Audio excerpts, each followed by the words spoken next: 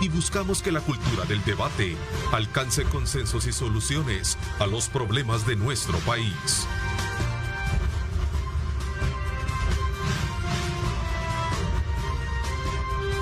Diálogo con Ernesto López.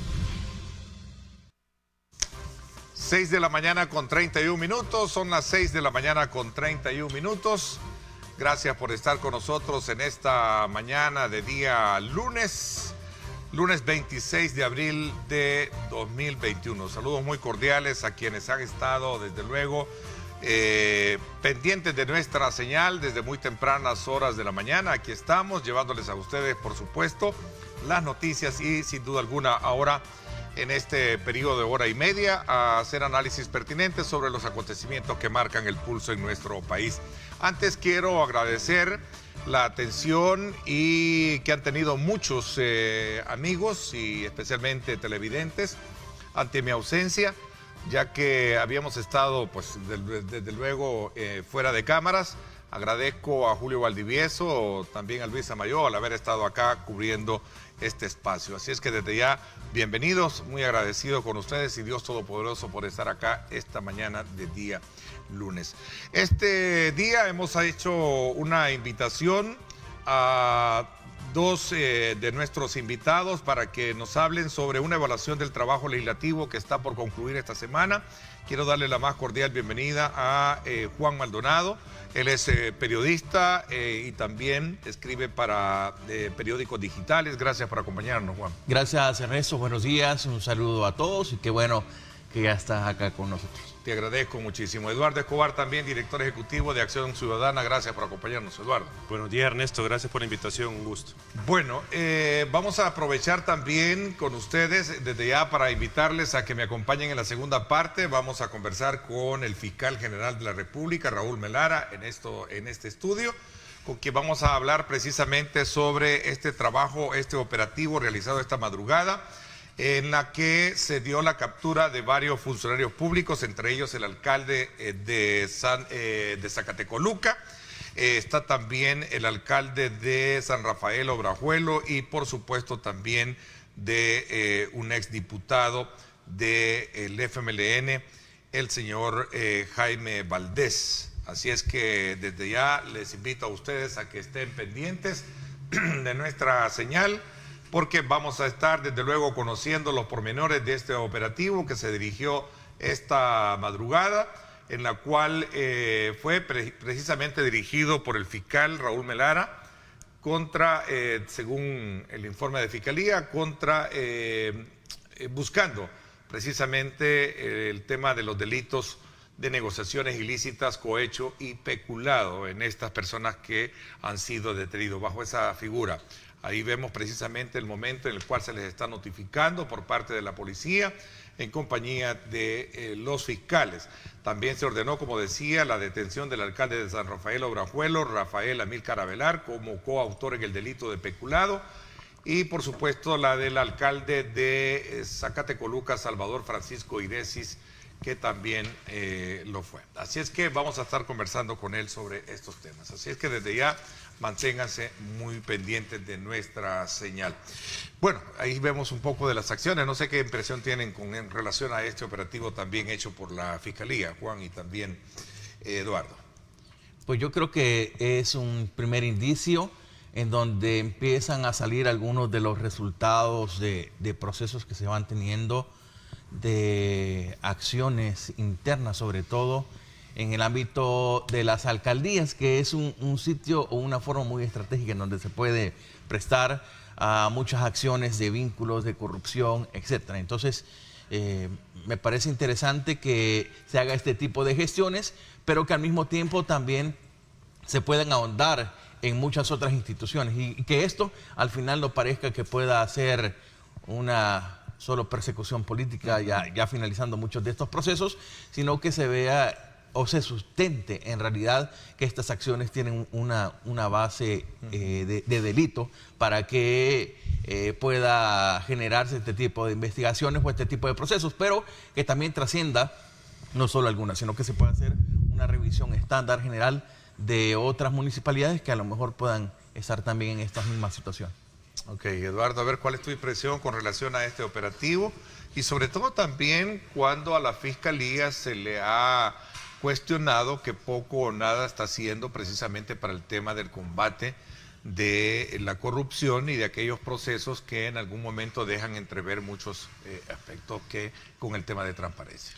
Bueno, en primer lugar yo creo que es positivo que las instituciones, en este caso Fiscalía y Policía, procedan contra implicados en presunta corrupción. O sea, eso creo que nadie puede decir que está mal.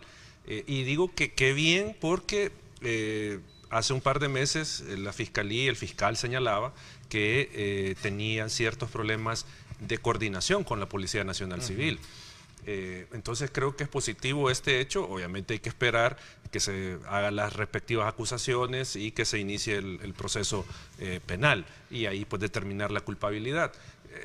Yo creo que eso es lo que habría que decir y obviamente llevar al plano también de cuál ha sido el control que se ha ejercido desde la Corte de Cuentas de la República, por ejemplo, a los fondos que han utilizado las diferentes alcaldías. No solo me voy a referir a estas, porque se está acusando por peculado a los implicados. Entonces, obviamente, esa es una utilización para otros fines de dinero público. Entonces, aquí digo, habría que ver si esto viene originado por alguna auditoría de la Fiscalía, perdón, de la Corte de Cuentas de la República, o si incluso está también vinculada a las CICIES, porque recordemos que las CICIES también está, en este caso, investigando algún tipo de corrupción. Pero digo, es positivo que se investigue la corrupción y se judicialice independientemente de quiénes sean los implicados. Bueno, tú has mencionado un tema bien importante que creo que no se puede soslayar en un análisis como el que estamos haciendo. Una de las principales deudas que en el país hemos tenido es precisamente ese ejercicio de combatir la corrupción, venga de donde venga. Y tú lo decías bien, Juan, en el caso de las alcaldías, como que hay una brecha ahí bastante susceptible para poder de alguna manera cometer ciertos delitos de esta naturaleza. Pero ahí hay un actor importante que es el que tú mencionabas, Eduardo, y es el que creo que en el pasado han estado ustedes como organizaciones de la sociedad civil, han estado apuntalando la necesidad de reformar la Corte de Cuentas de la República a fin de que ese trabajo de Contraloría sea mucho más efectivo y sea preventivo más que el hecho que al final, si es que existen este tipo de delitos a la hora de dirimirse en un juzgado, que se cometan, pues, ¿verdad? Al final el dinero casi por lo general nunca regresa a las arcas del Estado. Sí, creo que el factor de implicación ciudadana a veces solo se exige o solo se piensa que pueda estar dentro de las instituciones o de las instancias del Ejecutivo, que es donde quizás más se puede percibir algún tipo de dinero, corrupción, etcétera, o tal vez trasciende al Legislativo, pero no se vincula, o por lo menos es raro escuchar que pueda darse la participación ciudadana en la Contraloría, en instancias pequeñas como una alcaldía. Creo que también la participación e implicación ciudadana tiene que estar en todos los niveles donde se manejen fondos públicos. Eso es por un lado. Y por el otro también creo que viene acá a hacer una buena reflexión el hecho de las elecciones de todos los funcionarios de segundo nivel o de estos procesos para que puedan tener un proceso de vinculación partidaria, porque muchas veces se afecta a eso, de que, bueno, por representar a cierto partido u otro, no se hacen este tipo de investigaciones o este tipo de valoraciones como tal. Y si la población, las organizaciones sociales tuviesen más vinculación dentro de estas instancias, creo que habría una mejor función de la fiscalización de los recursos públicos. Tú mencionaste un tema bien importante, Eduardo, que es el tema de las CICIES. Dejó un buen, digamos, un buen mensaje la fotografía en la que pudimos ver la recién llegada del emisario del gobierno de los Estados Unidos, John Biden, que estuvo acá, el señor Ricardo Zúñiga, y que tuvo una reunión precisamente con la Fiscalía y con el responsable de la OEA CICIES en el país, Y también dejó, digamos, a su paso un aporte de $2 millones. En ese contexto yo recuerdo que hubo un compromiso anunciado de poder seguir apoyando a Estados Unidos en el tema de las CICIES, por un lado, y por otro lado también las CICIES de decir, estamos trabajando de una manera en la que este día anuncio que incluso parece que se hablaba de 2 expedientes más que se habían trasladado a la Fiscalía. Esto de alguna manera predice que vamos a tener un escenario importante en el combate de la corrupción para los próximos años. Bueno, yo creo que habría que verlo, Ernesto, y lo digo por la siguiente razón. Sí. Recordémonos que en diciembre hay elección de fiscal general y esto puede cambiar este esfuerzo de combate a la corrupción. Y digo, lo puede cambiar por varios factores. Uno, pues obviamente que se coloque un fiscal que no va a estar interesado en investigar toda la corrupción. Solo investigar la de atrás, no la que pueda estar dándose en el gobierno. Ese es uno. Lo otro es que recordemos que la CICIES actúa a instancia del fiscal. O sea, la CICIES a un requerimiento de la Fiscalía es que opera. Si no hay requerimiento, CICIES no se va a mover. Y segundo, sociedad civil ha solicitado al presidente de la República, e igual a Nuevas Ideas, a que apruebe todo ese paquete de reformas que la CICIES ha presentado. Porque para nosotros, en general, nos parece importante generar algunas reformas para darle más potencia a la CICIES y pueda ser un órgano que tenga más capacidad de investigación del delito y que no esté dependiendo de que la Fiscalía le solicite colaboración. Entonces, este escenario se puede cambiar, Ernesto, porque si el presidente, si Nuevas Ideas no aprueban estas reformas anticorrupción, porque, ojo, no son reformas para afectar al Ejecutivo, son reformas para potenciar más ese instrumento que el presidente ofreció para combatir la corrupción. O sea, ojo, no estamos hablando de afectar al gobierno, sino que se potencie esa figura de la sino del mal endémico que por años ha existido. Claro, en este país. porque si no, entonces no estamos hablando de un compromiso real de combate a la corrupción, o solo combatir la corrupción de los opositores y no la mía. Entonces, la nueva elección del fiscal, el rechazo a las reformas que se han promovido pueden significar cortar esta dinámica, porque si no mal recuerdo, decía el comisionado de ACICI, es que de estos casos habían del actual gobierno, o sea que se estaban investigando por el manejo de la pandemia. Entonces, ¿le interesará al gobierno llegar hasta el fondo de la corrupción? Veamos el caso del ministro de Agricultura y Ganadería, que fue separado del cargo y se ha puesto viceministro siempre para tener fuero. Y ahí hay señalamientos de corte de cuentas y de seguro de estar en los 12 casos que ha mandado las CICIES. Entonces, habrá un compromiso real del Ejecutivo. Aquí el punto es a la ciudadanía que exija al gobierno, exija a Nuevas Ideas de que aprueben todas las reformas anticorrupción y le den más poder a las CICIES para que sigan pasando este tipo de casos independientemente de quién sea. O sea, si son gente de Arena, del FMLN o de cualquier otro partido o gente vinculada al gobierno. Pero eso es lo que tiene que pasar. Ahora, esto viene en consonancia de lo que yo recuerdo cuando este debate se dio en la Asamblea Legislativa y que es el motivo por el cual estamos acá este día para analizar un poco de la deuda del periodo que está por concluir, porque esta es la última semana en la cual la Asamblea Legislativa actual, la saliente, pues trabaja. Bueno, si es que hay trabajo, porque entiendo que ya por ahí, según los reportes periodísticos, creo que la mayoría no está ni llegando ya a la Asamblea. Este debate de tener una instancia fuerte, con dientes, para poder de alguna manera combatir el tema de la corrupción en el país, se dio en primera instancia cuando se solicitó a la Asamblea Legislativa crearla, esta saliente, pero se rehusaron a crearla. ¿Se recuerdan? Sí. Venía más atrás, Ernesto. O venía de más atrás, ¿verdad? Pero a lo mejor... 15 creo que sí, fue la primera vez que se mencionó. Pero en consonancia, cuando habían voces fuertes para crear una CICIES, no la quisieron hacer, ¿verdad? Entonces se vio la necesidad, en este caso el gobierno actual, y eso de alguna manera hay que resaltarlo desde el punto de vista de que fueron ellos los que dieron el paso para crear la actual CICIES-OEA, que se le cuestionó mucho y etcétera. Sin embargo, la robustez de esa instancia de investigación y de auxilio, o como una especie de organismo auxiliar para la Fiscalía, se pudo haber tenido en la Asamblea Legislativa y no se hizo. A eso quiero llegar.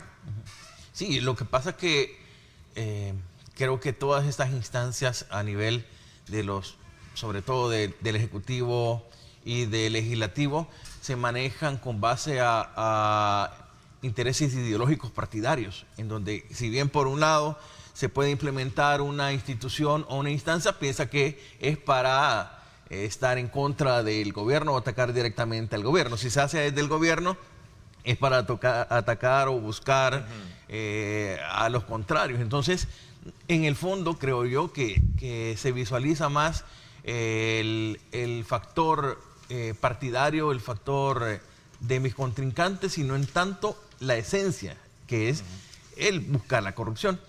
Ese por un lado. Y por el otro, creo que muchas de cada una de los organismos estatales piensa que al potenciar o tienen temor que al potenciar este tipo de instancias se resalte mi corrupción, es decir, se valore a la persona. En cambio, si se descubriese o se valorara el potenciar a las CICIES para que busque casos de corrupción dentro de, ya sea del mismo Ejecutivo, creo que se resaltaría mucho más la función en este caso, del presidente. Es decir, bueno, yo estoy interesado en que se descubra la corrupción, en que se trabaje, pero en la medida que voy quitando funcionarios, voy cambiando funcionarios, y eso, entonces, o le voy debilitando o no voy potenciando a que se hagan este tipo de reformas, entonces eso implica que el interés no es tanto buscar la corrupción, sino en este caso es siempre defender mi imagen o mis propuestas. Los tiempos han cambiado y viene una nueva legislatura que creo que va a ser un factor determinante para poder hacer cambios o giros sobre esa materia. Pero el tema de la Fiscalía, y quiero cerrar un poco este ciclo, porque también me parece que es justo poner en su dimensión el hecho de que se han llevado a cabo también otro tipo de capturas que van en consonancia bajo esa lógica de poder combatir el tema de la...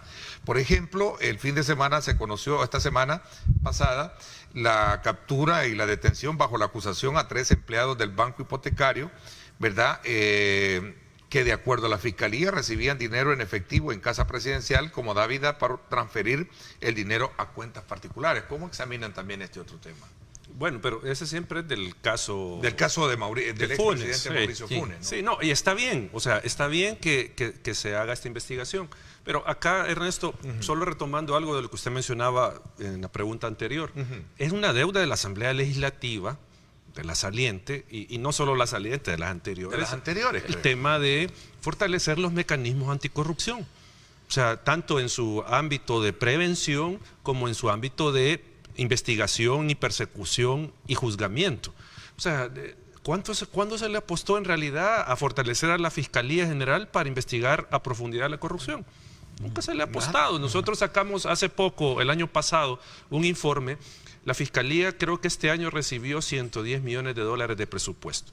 Y por documentos de la Fiscalía, ellos requieren al menos $150 millones, al menos, para contratar fiscales, o sea, para tener más capacidad de investigación, porque la carga laboral que tienen los fiscales ronda, creo yo, 120, 130 casos por año, más los que ya trae un fiscal acumulados. El presupuesto actual es de 110, creo 110, yo. Por ahí, no me recuerdo. 107. O sea, la cosa es que tiene un déficit. Necesitas, a tu criterio, alrededor de 150 Claro, millones. Entonces, no, lo que ha dicho la Fiscalía. Ok, sí, me dijo en términos pero lo que quiero decir es que cuando fue apuesta de la Asamblea Legislativa, de los partidos políticos, darle más capacidad a la Fiscalía. No ha habido. Pero es porque se han estado cubriendo. Entonces, de nuevo, decir, miren, las CICIES tenemos lo que tenemos porque no había apoyo político en la Asamblea para aprobar o ratificar un convenio y darle más fuerza a CICIES, es entendible, porque se iban a cubrir los partidos. O sea, no lo iban a hacer porque sabían que iban a ser investigados. Pero ok, ahora, como usted dice, Ernesto, ha cambiado el panorama. Hay una nueva correlación. Hay un partido que controla por sí solo la mayoría calificada. Entonces ahora hay que exigirle a este partido que apruebe todas las reformas necesarias, ya sea incluso ratificando este protocolo, este acuerdo que se firmó entre el gobierno, para darle más potencia a las CICIGs. ¿Qué aspectos contempla ese protocolo así de manera puntual? Es un poco, entiendo, y leyendo la vez pasada ese documento, en sí es más dientes para poder actuar en el tema de investigación. Claro, es que pero a eso sumarle que necesita del auxilio de los organismos, las instituciones en el país. El documento, ese es el documento fundacional de la CICIG, en el que el gobierno se compromete a una serie de obligaciones tendientes a generar primero la instalación de la comisión y luego el funcionamiento de la misma. O sea, es algo muy genérico, pero que, le da paso al funcionamiento de las CICIGs. Porque acá vienen los otros temas. Necesita, y de hecho tiene un protocolo con la Fiscalía para funcionar. Sin ese protocolo, CICIGs no puede operar. Entonces, ese tipo de cosas creo son las que la bancada de Nuevas Ideas debe de impulsar. O sea, eso es lo que tienen que hacer. Si ellos han estado señalando que han tenido diputados corporativos, diputados con intereses particulares, diputados que han propiciado corrupción, pues bueno, demuestren el cambio apoyando este tipo de reformas. O sea, son reformas para el beneficio del sistema político, no son beneficio de un partido en particular. Entonces, eso es lo que esperaríamos de la nueva bancada, ese cambio de actitud. Okay. Yo te decía de que tú habías estado la vez anterior también acompañando y promoviendo reformas, regresando al tema de la Corte de Cuentas, porque esa es la instancia que en este país tenemos, que es la vital para poder de alguna manera prevenir actos de corrupción y a través de sus investigaciones de Contraloría, ¿cierto? ¿Cuáles son las partes medulares de ese paquete de reformas y cuáles deben de ser inmediatamente, digamos, aprobados por esta nueva asamblea que viene, ¿no? Bueno, iban varias reformas, pero creo que me voy a centrar en una, la que tiene que ver con el procedimiento que puede seguir la Corte de Cuentas y las obligaciones que se establecen para el acceso a la información, a la documentación y a los lugares donde está esta documentación en las instituciones del Estado. O sea, actualmente hay una limitante, y eso los mismos magistrados de la Corte de Cuentas han reconocido, y los técnicos de la Corte, de el acceso a la información. O sea, si llega la Corte de Cuentas a querer auditar, no hay muchos caminos ante un bloqueo de que no los dejen ingresar o que no les permitan el acceso a diferentes bases de datos. Llámese alcaldía o instituciones la que sea. O sea, Corte Suprema de Justicia, cualquiera, Ejecutivo, claro. etcétera. Entonces, por eso es que se dieron casos en la pandemia, por ejemplo, de que algún ministerio negaba el acceso a los auditores a base de datos, a información. Y esto también pasa en alcaldías, pasa en diferentes lugares, o sea, no es algo exclusivo del Ejecutivo. Entonces, las propuestas de reforma, lo que trataban o lo que tratan de hacer es que la Corte no encuentre obstáculos para su fiscalización, porque eso es lo que está pasando. Si no se le permite a la Corte fiscalizar, entonces ¿quién lo va a hacer? ¿Quién lo va a hacer? Y en esa medida también iba una reforma al Código Penal para incluir o modificar el delito actual de obstaculizar las auditorías de la Corte de Cuentas. No me recuerdo cómo es que está en la ley. Creo que obstaculizar el ejercicio de la función de diferentes empleados funcionarios es delito. No, ahí ahorita no me recuerdo exactamente cómo es que va a plantear la reforma, pero va en el sentido de penalizar a quien obstaculice a la Corte de Cuentas en hacer las auditorías.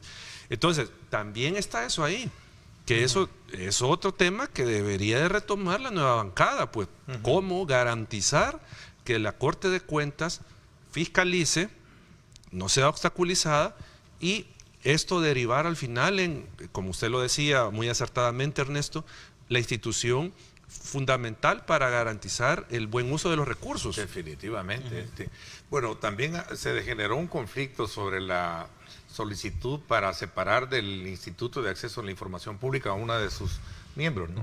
Yo creo que esos son indicios, o por lo menos son ideas que no se está trabajando o no se quiere trabajar en velar por la misma función de transparencia. Y quizá me da mucho temor el pensar que una nueva legislatura vaya a apoyar ese tipo de reformas, tanto de las CICIES. ¿Tiene o dudas reformas. de que eso Sí, se logre? O sea, con esos pequeños datos que se dan, o esos pequeños casos que demuestran que no hay voluntad para querer Bueno, pero hacer también estos procesos. tienes a una fiscalía que sin duda alguna también, por eso yo lo decía, que no se puede dejar a un lado de reconocer que la fiscalía también tiene ese rol importante de independencia para poder lograr combatir el tema de estos delitos. El hecho de este fin de semana, de la presentación de estos imputados y donde se dio el requerimiento y pidió la detención para los acusados de lavado de dinero vinculados al caso Funes, la detención de los dos alcaldes y del exdiputado Valdés esta mañana del FMLN, de alguna manera también le dan potestades fuertes a la Fiscalía para poder, digamos, remarcar este tema. Sí lo hay, pero son casos muy esporádicos, no trascender a investigar más a fondo otro tipo de situaciones que se dan. Entonces, que creo que son las que deberían tomar mucha más relevancia y que son presentes, no importando de venga donde venga, pero que son situaciones e instancias que sí deben darse en ese proceso. Entonces, creo que lo ideal sería que todas las instituciones estén en línea en pro de la función de querer resaltar una mejora para el país. Esto en tanto a la investigación de corrupción, del delito, etcétera. Hoy, esto que hemos visto esta madrugada, ¿predice que en el país van a venir más casos? No lo creo. Desde ¿Sí? mi valoración no lo creo. Porque... Porque... Digo, más casos de captura, hay un montón de casos ahí pendientes, ¿no? Sí, claro, pero no tanto, o por lo menos aquellos que en realidad puedan ser sustanciales, Okay. o que tengan que verse en tanto a mayor intervención, en este caso de la Fiscalía, para poder ver el desarrollo de las A ver, Eduardo, instancias ¿qué de piensas gobierno. tú sobre ese punto? Yo creo que partiendo de lo que se decía, que eran 12 o 13 casos, entendería que este es uno. Entendería. Y hay, obviamente, porque habían creo que 13 órdenes de captura, si no mal recuerdo, para este caso. Entonces pensaría que pueden haber otros que involucren a funcionarios del actual gobierno. Y como decía hace un momento, con el tema del manejo de la pandemia. Porque ahí hay, si nos basamos en lo que ha dicho la Corte de Cuentas, donde no se ha podido auditar es agricultura, salud, si no mal recuerdo, Hacienda y gobernación, si no me recuerdo, pero al menos esos tres primeros ministerios sí se ha señalado por Corte de Cuentas que han tenido problemas de fiscalización. Ok, serían los que están en agenda y qué criterio pueden venir. Vamos a hacer una pausa. Cuando regresemos, vámonos a la Asamblea Legislativa, que es el tema por el cual los invitamos para hacer un análisis de cierre de actividades, porque también en la Asamblea Legislativa está el tema de la investigación de las casas, del personal que no laboraba y cobraba. Ese es otro de los temas que también va en consonancia de lo que hemos estado hablando en primera instancia, Juan, y también Eduardo. Voy a hacer una pausa. Gracias por estar con nosotros. Son las 6 de la mañana con 59 minutos, 6 con 59 minutos. Gracias por estar con nosotros.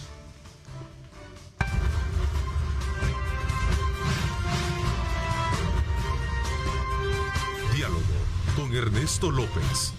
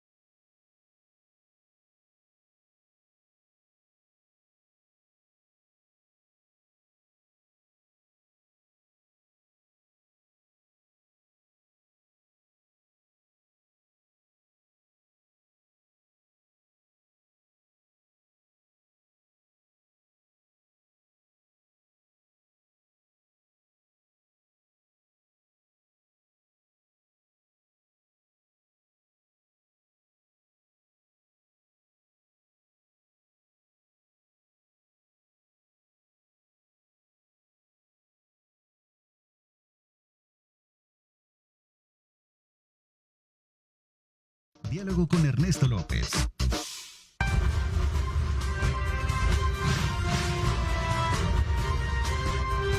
Diálogo con Ernesto López. No hay camino ni reto capaz de frenarnos. Econoparts, siempre las mejores marcas. Econoparts presenta. Para un camino seguro, usted necesita los mejores repuestos. Econoparts, nuestras marcas son la mejor garantía. Aprovechamos para darle un vistazo al tráfico vehicular a esta hora de la mañana. Vayámonos entonces con nuestras imágenes hasta el sector del Boulevard del Ejército. Carga vehicular viniendo desde el sector de Soyapango para entrar a la capital. Toma en consideración estas imágenes porque también para el oriente, es decir, hacia el sector de Ciudad Crediza, Soyapango, hay al menos en apariencia lo que tenemos en esta cobertura de imagen, fluidez vehicular. Así es que desde ya, gracias por estar compartiendo con nosotros este segmento que es gracias a Econopar, donde usted tiene las mejores marcas con la mejor garantía en sus repuestos. Nuestras marcas son la mejor garantía. Econoparts, siempre las mejores marcas. Presentó. Eduardo Escobar y Juan Maldonado, esta mañana con nosotros acá haciendo un análisis en primera instancia sobre este operativo realizado por la Fiscalía General de la República, que dio la captura de varios funcionarios públicos, entre ellos el alcalde de Zacatecoluca. Y por supuesto también hemos hecho una valoración sobre el rol, el papel que tienen instancias pertinentes en el combate de la corrupción, como es el caso de la Corte de Cuentas de la República, específicamente también la Fiscalía, que por cierto el fiscal estará acá con nosotros en unos minutos. Quedémonos un poquito para examinar el papel de la Asamblea Legislativa también en este aspecto de transparencia. ¿Cuál es el análisis que ustedes hacen con este periodo que está por concluir esta semana en materia de transparencia? Desde la misma valoración de no apostarle al crecimiento, al fortalecimiento de instituciones que velen por este tipo de investigaciones, por este tipo de fiscalización, creo que desde ahí ya deja mucho que desear, es decir, o deja con una deuda como tal. El tener que hacer reformas constitucionales al ser de cada una de estas instituciones, o por lo menos a estas de la Corte de Cuentas, a la forma misma de la elección de los miembros de estas instancias, creo que es un signo que no le apostaron directamente a poder trabajar por la fiscalización de los recursos del Estado o por el hecho de trabajar por investigar estos casos de corrupción. Y quizás vayámonos no tanto al lado abierto de las otras instancias, sino al lado micro, desde el hecho de empezar a decir o a trabajar de la corrupción interna que hay, o de la supuesta corrupción interna que hay dentro de la misma legislatura, dentro de la misma asamblea. Entonces de ahí hay otras ideas que no le apostaron mucho a este trabajo. ¿Qué alcances le ves tú a esa investigación? Porque ese también es otro tema que no creo que quede para más adelante, Eduardo. Lo de las plazas irregulares. Sí, porque ese otro, hablando un poco, yendo en consonancia de lo que estábamos hablando anteriormente. Pues. Sí, bueno, yo creo que ahí hay mucho trabajo que hacer para la nueva legislatura en cuanto a, digamos, erradicar este tipo de prácticas.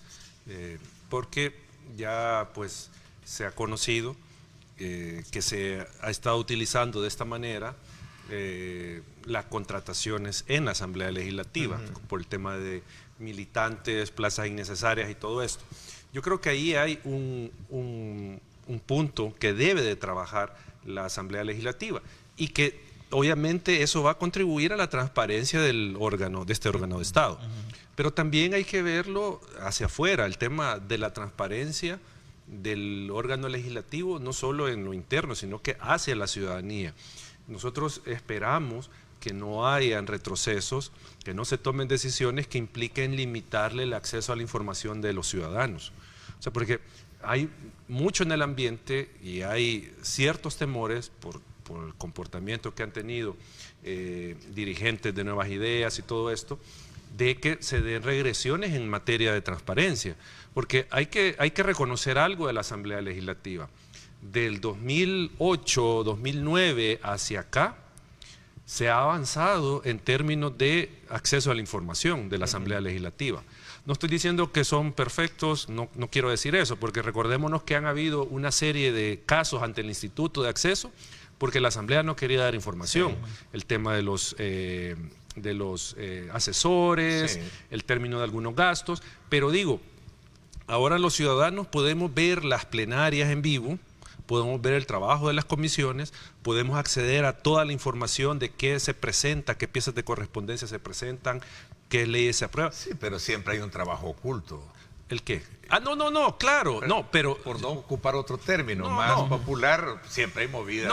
Yo no digo que no, Ernesto, pero digo de que hay un avance en ese sentido. O sea, hay un avance. Nosotros sabemos ahora... que es un órgano más escrutado que quizás el resto. Sí, yo creería que sí. Yo creería que sí, porque, por ejemplo, ¿Corte Suprema de Justicia tiene sesiones abiertas? No. ¿Corte de Cuentas? No. ¿El Consejo de Ministros? No tienen. Entonces la Asamblea sí tiene trabajo de comisiones, trabajo del Pleno abierto. Como digo, no quiero de ninguna manera decir que la Asamblea es el órgano más transparente, no quiero decir eso, pero que han habido avances que, digo, la nueva legislatura debe de seguir en esa lógica y no venir con retrocesos, porque, como digo, ahora nosotros podemos encontrar cualquier pieza de correspondencia en el sitio web de la Asamblea. Ahí está esa información, algo que antes no era del acceso de cualquier ciudadano.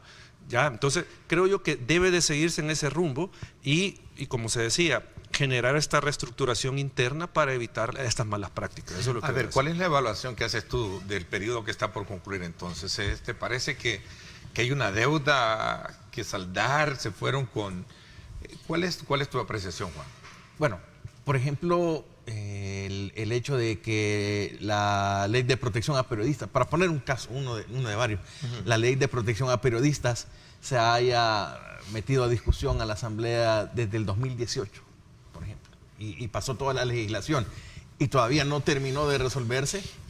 Desde ahí hay un liso. Desde ahí hay una valoración que hacer, el no meterle dientes fuertes a la discusión de la ley de agua, por ejemplo, también, a temas claves, a la reforma de pensiones, también sigue siendo temas claves, que a la población impacta. Yo creo que ahí es donde viene el punto. Puede ser que hayan surgido propuestas, reformas, nuevas leyes, nuevos temas, pero aquellos esenciales para la población son los que no se perciben que se hayan y ya mencionaste tú uno de ellos, el tema de las pensiones. Ayer, casualmente, en otro medio, estaba viendo una entrevista que le estaban haciendo a este español experto en el tema de pensiones, Carmelo, ¿cómo se llama? Un español. Perdón, el lapsus se me olvidó. Pero el nombre de él. Pero él hacía la reflexión que fue uno de los grandes asesores que se han tenido en esta materia. Y él decía, en el país, que es parte del debate que se tiene hoy en día, que es de la deuda que tú dices y que es lo que se espera, tras el anuncio hecho por el ministro de Hacienda, poder lograr en este nuevo periodo legislativo corregir.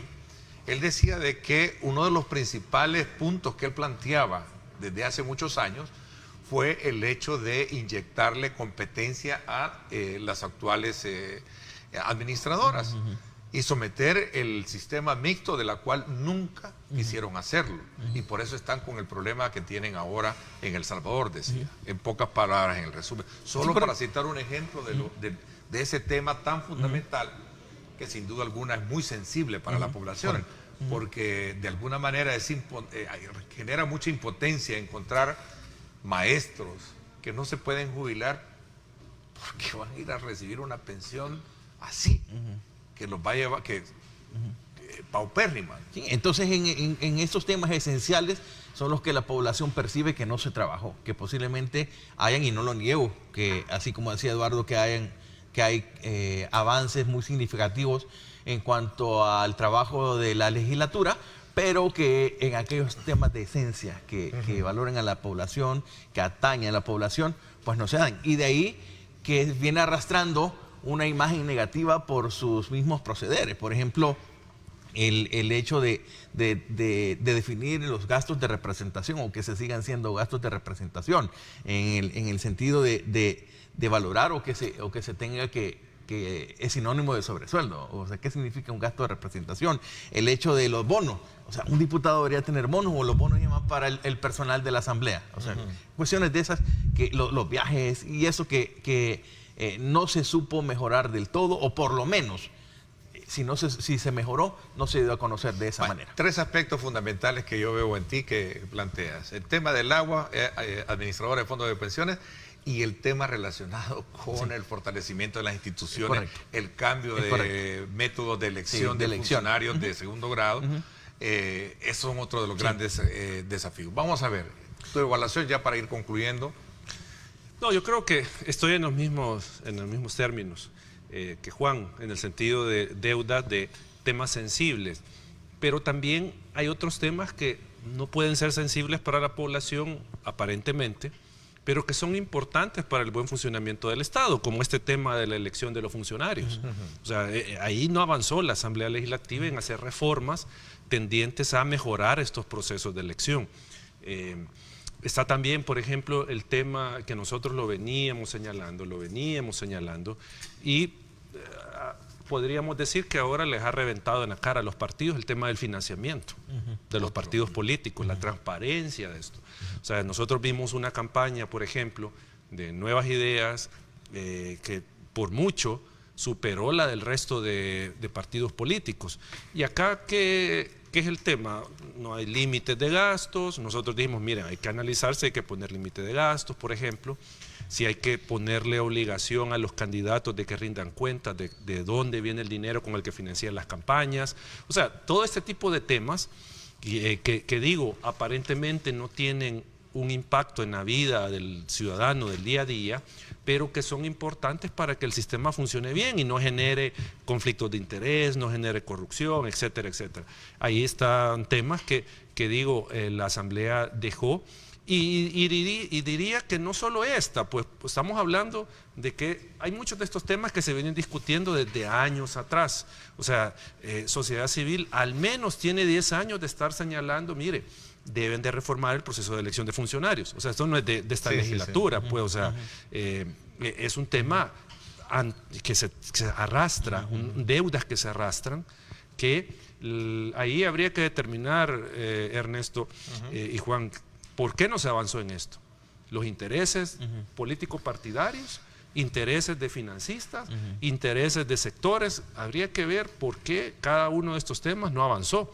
Y como digo e insisto, ahora van a tener la posibilidad, la bancada de Nuevas Ideas, de hacerlo, porque ya no tiene que negociar con nadie. Esta asamblea que está por salir sí abrazó toda esa parte, digamos, negativa, para no tener concreción en estos temas fundamentales del país. Y ahí están los resultados electorales, decía un analista la vez anterior, ¿cierto? Sí, así es. Correcto. Y sobre todo dejando nuevos retos, que son los más significativos para hacer un cambio. Creo que ahí viene lo más fundamental. Creo que esa es la conclusión más meritoria que puede haber en un análisis, es decir, corregir lo que no se ha hecho desde el punto de vista de lo que viene ahora por delante. El tiempo se me fue, quiero agradecerles, Eduardo, te agradezco también a ti, Juan, el que me hayan permitido abrir la semana con este análisis, precisamente que nos llevó también a ocupar el espacio para conocer un poco desde la perspectiva de ustedes la importancia que tiene el combate de la corrupción, trabajar en instancias de fortalecer las instituciones en el tema de transparencia y sobre todo también la evaluación del trabajo de la Fiscalía hoy con este operativo realizado esta madrugada, donde dio por la captura de varios funcionarios públicos, entre ellos el alcalde de Zacatecoluca, el señor Iresi. Así es que desde ya, Francisco Iresi. Bueno, gracias por haberme acompañado. Nos vamos a la pausa en cuestión del cambio. Me acompaña el fiscal general de la República, quien desde muy tempranas horas de la madrugada pues anda muy activo y vamos a conversar con él sobre estos importantes acontecimientos. Son las 7:16, 7 de la mañana con 16 minutos.